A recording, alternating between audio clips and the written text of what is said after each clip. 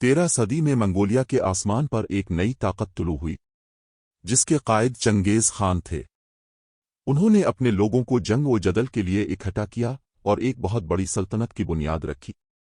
1227 میں ان کی وفات کے بعد ان کی اولاد نے دنیا فتح کرنے کے اس مشن کو جاری رکھا اور تاریخ پر ایک مستقل نشان چھوڑ دیا۔ ظلم، بربریت اور وحشت کا نشان۔ منگول یورپ میں پولینڈ، ہنگری اور بلکان تک پہنچ گئے تھے، جبکہ مشرق وسطی میں انہوں نے مسلمانوں کو تباہی کے دہانے پر لا کھڑا کیا تھا۔ اب مملوک سلطنت منگولوں کے خوفناک جتھوں کے سامنے اسلام کے آخری گڑھ کے طور پر کھڑی تھی اور اس مرکے کا انتظار کر رہی تھی جو کہ تاریخ کی سمت بدل دینے والا تھا۔ مصر میں مملوک ایک جنگجو قوم تھے۔ یہ غلام نسل سے تعلق رکھنے والے تھے اور جنگ و جدل کے لیے ان کی تربیت بچپن سے شروع کر دی جاتی تھی۔ جنگجوؤں کے طور پر یہ جنگ میں بہت مہارت رکھتے تھے اور ایوبی سلطنت کی فوج میں پائے کے سپاہی مانے جاتے تھے۔ 1250 تک ان کی طاقت بڑھتی گئی اور ایوبی سلطنت کمزور ہوتی گئی۔ پھر انہوں نے ایوبی سلطنت کا تختہ الٹ دیا اور مملوک سلطنت کی بنیاد رکھی۔ 10 سال بعد 1260 میں موسم گرما اپنی پوری آب و تاب سے جاری تھا۔ دریائے نیل کے کنارے پر قاہرہ شہر اس وقت ایک چمکتا ہوا ہیرا تھا۔ اس شہر کے باسی اپنے روزمرہ کے معمول کے مطابق کاموں میں مصروف تھے، اس چیز سے بے خبر کے محل میں 4 منگول سفیر سلطان سیف الدین القدس اور ان کے جرنیلوں کے سامنے کھڑے تھے۔ وہ ہلاکو خان کا پیغام لے کر آئے تھے جس میں واضح الٹیمیٹم تھا کہ ہلاکو خان تمام مسجدوں کو تباہ کر دے گا اور تمام مسلمان بچوں کو قتل کر دے گا اگر سلطان نے منگول سلطنت کے سامنے سر تسلیم خم کرنے سے انکار کیا۔ کچھ دیر تک سلطان اور سفیر ایک دوسرے کو خاموشی سے دیکھتے رہے، پھر سلطان نے اپنے جرنیلوں سے مشاورت کے لیے مہلت مانگی۔ اس وقت منگول سفیر پر اعتماد طریقے سے مسکرا رہے تھے۔ جنگی کونسل کو طلب کیا گیا۔ یہ ایک بہت سنگین معاملہ تھا۔ اعلیٰ افسران نے سلطان کو منگولوں کی مشرق وسطی میں وحشیانہ پیش قدمی کا یاد دلایا۔ گزشتہ 35 سالوں میں منگولوں کی ناقابل یقین پیش قدمی نے اسلامی دنیا کو تباہی سے دوچار کر دیا تھا۔ بہت سے شہروں کو تباہ کیا گیا اور ان کی آبادیوں کو مار دیا گیا یا غلام بنا لیا گیا۔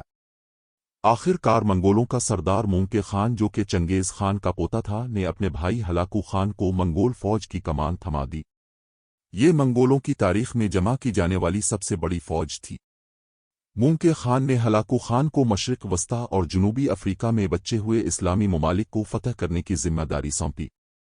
1258 میں اس نے بغداد کی طرف 1.5 لاکھ سپاہیوں کے ساتھ پیش قدمی کی۔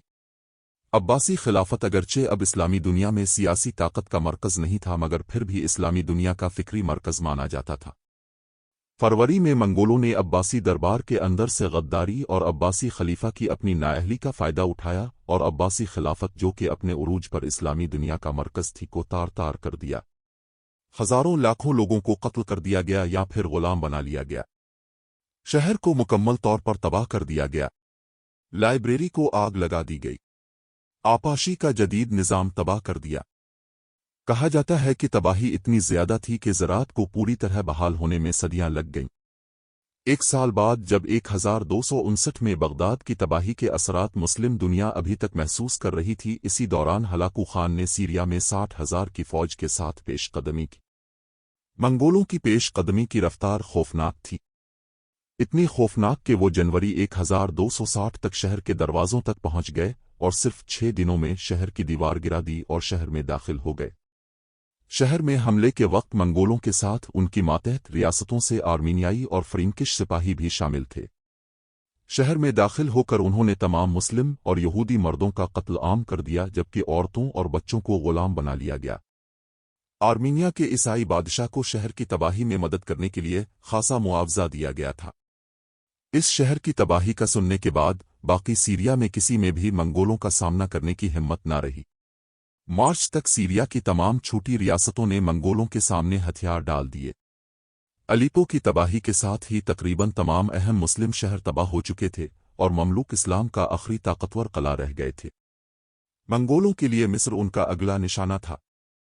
قاہرہ میں مملوک جرنیلوں نے رائے دی کہ منگولوں کے سامنے ہتھیار ڈال دینا ہی بہترین حکمت عملی ہوگی، لیکن سلطان نے مخالفت کی۔ انہوں نے اس بات کو تسلیم کیا کہ منگول فوج ان سے بہت زیادہ طاقتور ہے، لیکن وہ ایک مضبوط ارادے والے رہنما تھے۔ उनके मुताबिक लड़ाई किए बगैर हथियार डालना बुज़दिल होने की निशानी थी। मिस्र को एक जंगजू बादशाह की ज़रूरत है, अगर मेरे साथ कोई नहीं आता तो मैं अकेले जाकर तातारियों से लड़ूंगा। इसी के साथ उन्होंने मंगोल सफीरों के सर काट कर शहर की दीवार पर लगाने का हुक्म दिया। सुल्तान का पैगाम हलाकू की तरफ साफ था, हम लोग मंगोल जत्थों के सामने हथियार नहीं डालेंगे। मंगोल सफीरों के अंजाम का सुनकर हलाकू खान आपे से बाहर हो गया और ममलूकों के खिलाफ जंग की तैयारी शुरू करने का हुक्म दे दिया। सुल्तान सैफ अल-दीन के सामने पहाड़ जैसा इम्तिहान था। मंगोल फौज के मुकाबले में उनकी तादाद बहुत कम थी। ममलूक सल्तनत 24 सूबों में तकसीम थी, जिनमें से हर सूबे को 1000 सिपाही जंग के वक्त सल्तनत को फराहम करने होते थे। इस तरह से ममलूक फौज की तादाद 24,000 हो गई, जबकि हलाकू के पास सीरिया में 60,000 की फौज थी। फिर भी सुल्तान ने शहर के दिफा की तैयारियां शुरू कर दी। सबसे अहम पेशरफ्त ये थी कि उन्होंने अपने मुखालिफ बाबरस से राबता किया, जो कि इस टाइम के बेहतरीन सिपा सालारों में से थे। सुल्तान ने उन्हें जंग के बाद अलीपो शहर का हुक्मरान बनाने का वादा किया। बाबरस तुर्की नस्ल के थे। उनका कबीला बरली के नाम से जाना जाता था। जिस वक्त वो सिर्फ एक बच्चे थे, मंगोलों ने उन्हें गुलाम बनाकर अयूबी सुल्तान को बेच दिया था। उधर काहरा में उन्होंने ममलूक कानून के तहत तरबियत हासिल की। छोटी उम्र में ही उनकी शानदार फौजी महारत नजर आना शुरू हो गई थी। इसी वजह से तरबियत मुकम्मल होने पर उनको सुल्तान के ज़ाती मुहाफिज दस्ते का सालार तैनात कर दिया गया। उन्होंने 7वें सलीबी जंग में अपनी सलाहियतों का लोहा मनवाया और सैफ अल-दीन के साथ सलीबी फौज को अल-मंसूरा की जंग में इबरतनाक शिकस्त दी। इसी जंग में सलीबियों का बादशाह लुइस भी कैदी बना लिया गया था। 1260 में दमिश्क की तबाही के बाद सुल्तान ने बाबरस को मंगोलों के खिलाफ जंग के लिए ममलूकों के अहम तरीन फौजी दस्ते की क़ियादत सौंपी। जिस वक्त मिस्र में दिफाई तैयारियां ज़ोर शोर से जारी थी, इसी वक्त सुल्तान को खबर मिली कि हलाकू खान ने मिस्र के खिलाफ फौजी मुहिम मुलतवी कर दी है।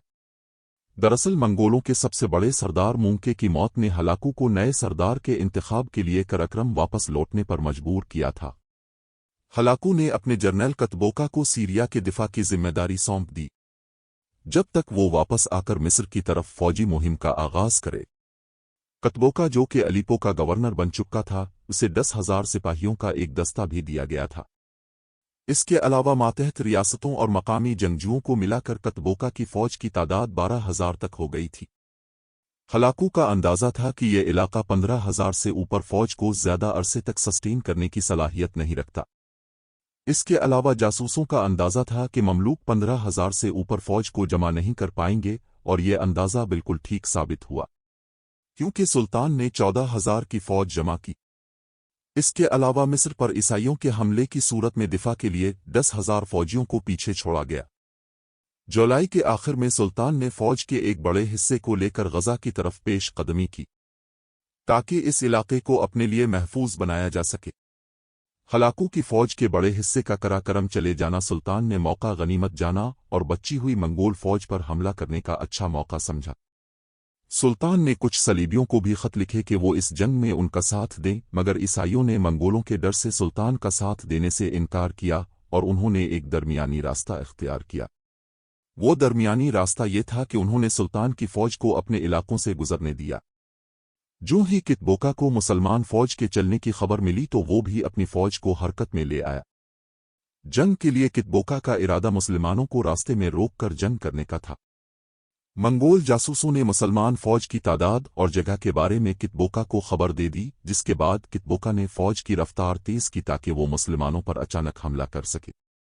मंगोलों ने तालब तबरा के मशरिकी तरफ डेरा डाला। तालब को पार करने के बाद उन्होंने दरियाए आर्डन पार किया और मगरिब की जानिब पेशकदमी की।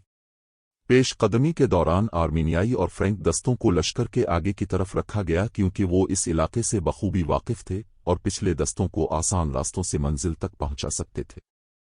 जो ही मंगोलों ने दरियाए आर्डन पार किया, हैरान कुन तौर पर उन्होंने अपने सामने बाबरस की फौज को पाया। जंग का बाकायदा आगाज ममलूकों के तीरों की बौछार से हुआ। ममलूकों से इस कदर जल्द सामना हो जाएगा, उसकी मंगोलों को कतन तवक्को नहीं थी। जिस तरह मंगोलों की फौज के आगे वाले आर्मीनियाई दस्ते, जो कि बाकी फौज को रास्ता बता रहे थे, इस इलाके को अच्छी तरह जानते थे, इसी तरह बाबरस भी इस इलाके के जपी चप्पे को अच्छी तरह जानता था। इस वजह से वो बगैर मंगोलों की नज़र में आए अपनी फौज को हमले की पोजीशन में ले आया था। घुड़सवार दस्तों ने मुसलमानों से लड़ाई शुरू की। इससे मुसलमानों की फॉर्मेशन टूटने लगी। बज़ाहिर ऐसा लग रहा था कि ममलूक पीछे धकेले जा रहे हैं। इसके अलावा जिस जगह पर कितबोका मौजूद था वो जंग की सूरत हाल पूरी तरह से देख नहीं पा रहा था, क्योंकि इसके और मैदान जंग के दरमियान में एक छोटी सी चट्टान मौजूद थी। इसी वजह से वो ममलूकों की तादाद का अंदाज़ा भी नहीं लगा पा रहा था। उसने मजीद दस्तों को मैदान जंग में उतारा ताकि मुसलमानों को और पीछे धकेला जा सके, और अपने बाकी दस्तों को जंगी तरतीब में आने का हुक्म दे दिया। बज़ाहिर ऐसा लग रहा था कि मुसलमानों की तरतीब टूट जाएगी, लेकिन बाबरस की शानदार क़ियादत और हिकमत अमली ने मुसलमानों की सफ़ों को बिखरने से बचा लिया। ममलूक फ़ौज मंगोलों के करीब जाकर हमला करती और फिर पसपाई इख्तियार करके उन पर तीरों की बौछार कर देती। खासे जानी नुकसान के बावजूद बाबरस ने ममलूक फ़ौज को बिखरने से बचाए रखा। तारीख दानों के मुताबिक ममलूक फ़ौज ने इस ज़माने की हैंड गन्स का भी इस्तेमाल किया। इन हैंड गन्स का निशाना चाहे इतना दुरुस्त नहीं था, मगर उनसे निकलने वाली आवाज़ दुश्मन के घोड़ों को डरा देती थी, जिसकी वजह से कई घोड़े मैदान से भाग जाते थे और मंगोलों की पेशकदमी मुतासिर होती थी। कई घंटे तक मंगोलों की पेशकदमी रोक कर रखने के बाद बाबरस की फ़ौज में थकन का असर वाज़े नज़र आने लगा था और उनके दस्ते ने भारी नुकसान उठाना शुरू कर दिया। लेकिन अब तक ये बात साफ हो चुकी थी कि ये दस्ता ममलूक फ़ौज का सिर्फ एक हिस्सा है। करीबी पहाड़ियों पर लगे दरख्तों में छुपे हुए सुल्तान ये सारा मंजर देख रहे थे और इंतजार कर रहे थे कि कब मंगोल फ़ौज उनके करीब पहुंचे। जब सुल्तान ने मंगोलों को बाबरस की फ़ौज को पीछे धकेलते हुए देखा तो उन्होंने अपनी फ़ौज का हौसला बढ़ाने के लिए एक जज्बाती तकरीर की। तारीख दान कहते हैं कि ये तकरीर इतनी असरअंदाज थी कि सुल्तान के फ़ौजियों की आंखों से आंसू बहने लगे। उन्होंने अपने सिपाहियों को याद कराते हुए कहा, हमारे पास लड़ाई के सिवा कोई मुतबादिल नहीं है सिवाय इसके कि तुम सब के लिए, तुम्हारी बीवियों के लिए और तुम्हारे बच्चों के लिए एक हौलनाक मौत। इतने में कितबोका ने बाबरस को ख़त्म करने के इरादे से एक ज़ोरदार हमले का हुक्म दिया ताकि वो दोबारा अपनी फ़ौज में जाकर शामिल ना हो सकें। इसके जवाब में सुल्तान ने अपनी फ़ौज के दाएं बाजू को दरख्तों से निकलकर मंगोलों के बाएं बाजू पर हमला करने का हुक्म दिया। जो ही कितबोका को ये एहसास हुआ कि उन्हें तीन तरफ से घेर लिया गया है तो उसने अपनी फ़ौज को घेरे से निकलने का हुक्म दिया ताकि वो ममलूकों को अपना पीछा करने पर मजबूर कर सके। मगर बाबरस और सुल्तान सैफुद्दीन ये चाल समझ चुके थे और उन्होंने मंगोलों का पीछा करने के बजाय अपने तीर अंदाजों को उन पर तीरों की बारिश करने का हुक्म दिया। कितबोका ये जानता था कि ममलूक तीर अंदाज ज़्यादा फासले पर ज़्यादा मोहलिक साबित होंगे, इसलिए जब इसने देखा कि इसकी पसपाई वाली चाल कामयाब नहीं हुई तो इसने अपने घुड़सवार दस्तों को वादी में घूमकर आने और फिर ममलूकों के दाएं बाजू पर हमला करने का हुक्म दिया और बाकी फ़ौज को ममलूकों की फ़ौज के दरमियाने और बाईं हिस्से पर हमले का हुक्म दिया। इसका इरादा था कि घुड़सवार दस्तों से वो ममलूकों के बाईं बाजों को तबाह कर दे और ममलूकों की फ़ौज को घेरे में ले ले। जो ही मंगोलों का घुड़सवार दस्ता ममलूकों के दाएं बाजू से जा टकराया तो ममलूक मुश्किल में आ गए और मंगोल उन्हें पीछे धकेलने लगे। ममलूकों के दाएं बाजू को टूटता देखकर मंगोलों ने और जोर से हमला किया। ये देखते ही सुल्तान ने अपना घोड़ा चट्टान के ऊपर भगाया और वहां से अपने सिपाहियों को डटकर दुश्मन से लड़ने की तरगीब देने लगे। उन्होंने अपना हेलमेट उतार दिया ताकि उनके सिपाही उन्हें पहचान सकें। उन्होंने 3 मरतबा इस्लाम का नारा बुलंद किया और दुश्मन के ऊपर हमला आवर हो गए। अपने सुल्तान के इस जज्बे को देखकर ममलूक सिपाहियों में जोश और वलवले की एक नई लहर दौड़ गई। वो मजीद जाफिशानी से मंगोलों से मुकाबला करने लगे। मैदान जंग में 1 घंटा मजीद घुमसान का रन रहा। इसके बाद मंगोलों की पेशकदमी थोड़ी आहिस्ता हो गई और सुल्तान अपने दाएं बाजों को मुस्तहकम करने में कामयाब हो गए। अब जंग का रुख बदल चुका था और कितबोका अपने आप को एक खतरनाक सूरत हाल में देख रहा था। ममलूकों के दाएं बाजों को तबाह करने का उसका हरबा नाकाम हो गया था और वो अपने तमाम दस्ते जंग में उतार चुका था। ये देखते ही बाबरस ने दाएं बाजू को पैगाम पहुंचाया कि पूरे जोर से मंगोलों को पीछे धकेला जाए और उन्हें दाएं तरफ से घेरा जाए। इतने में मजीद सिपाही ममलूकों के दाएं बाजू में शामिल हो गए और इस तरफ से भी सुल्तान ने जंग का पांसा पलटना शुरू कर दिया। अब मंगोल उन पुरजोश मुसलमानों का मजीद मुकाबला नहीं कर पा रहे थे और आहिस्ता आहिस्ता पीछे हटना शुरू हो गए। कितबोका के दूसरे बाजू की तरतीब भी टूटना शुरू हो गई और इसे एहसास हो गया कि जल्द ही उन्हें मुकम्मल तौर पर घेर लिया जाएगा। कितबोका के एक अफसर ने इसे पसपाई का मशवरा दिया, लेकिन इसका जवाब था, हमें यही मरना है और यही उसका एहताम है। खान को लंबी जिंदगी और खुशियां मिले। इन अल्फाज के साथ वो भी लड़ाई में शामिल हो गया। अपने सालार की मौजूदगी देखकर मंगोल दस्तों का हौसला बढ़ गया और वो जाफिशानी से लड़ने लगे, लेकिन ममलुकों ने मंगोलों को घेर लिया और लड़ाई के दौरान कितबोका को भी पकड़ लिया। तब तक मंगोल तकरीबन हार चुके थे और अपने लीडर को दुश्मन के हाथों में जाता देखकर उन्हें ये एहसास हो गया कि जंग हारी जा चुकी है। कितबोका के बकाया दस्ते भी मैदान जंग छोड़कर भागने लगे और इस तरह से मुसलमान फौज की ऐन जालूत के मकाम पर एक शानदार फतह हुई। मंगोलों की मगरिब की तरफ पेश कदमी को रोककर इस मुसलमान फौज ने 3 मुक़द्दस शहरों मक्का, मदीना और बैत अल मक़दस को मंगोल जत्थों की तबाही से बचा लिया था। इस तरह से सुल्तान सैफुद्दीन और बाबरस इस्लाम के मुहाफिज करार पाए। इसके साथ साथ उन्होंने मगरिब में मौजूद ईसाई रियासतों को भी मंगोलों की तबाही से बचा लिया था। अगर मंगोल मिस्र को फतह कर लेते तो उनके लिए शुमाली अफ्रीका से लेकर स्पेन तक सारा इलाका खुला होना था। इसके नतीजे में मंगोलों को यूरोप पर मुख्तलिफ समतों से हमला करना बहुत ही आसान हो जाना था और किसी भी यूरोपी फौज के लिए उन्हें रोकना तकरीबन नामुमकिन होना था। लेकिन सुल्तान सैफुद्दीन, जिनको ऐन जालूत के शेर का लक़ब मिला, उन्हें कुछ ही दिन बाद कारेह वापस जाते हुए कत्ल कर दिया गया। उसके बाद बाबरस को मिस्र का सुल्तान बनाया गया। इस शिकस्त के बाद मंगोल फिर कभी मिस्र पर हमला नहीं कर पाए। बरक़े खान, जो कि एक ताकतवर मंगोल कमांडर था, मुसलमान हो गया और उसने हलाकू खान को शिकस्त देकर इससे बगदाद की तबाही का बदला लिया, जिस पर अल्लामा इकबाल ने फरमाया, है अयां यूरश तातार के अफसाने से, पासबा मिल गए काबे को सनम खाने से, कश्ती हक का जमाने में सहारा तू है, असर नौ रात है धुंधला सा सितारा तू है,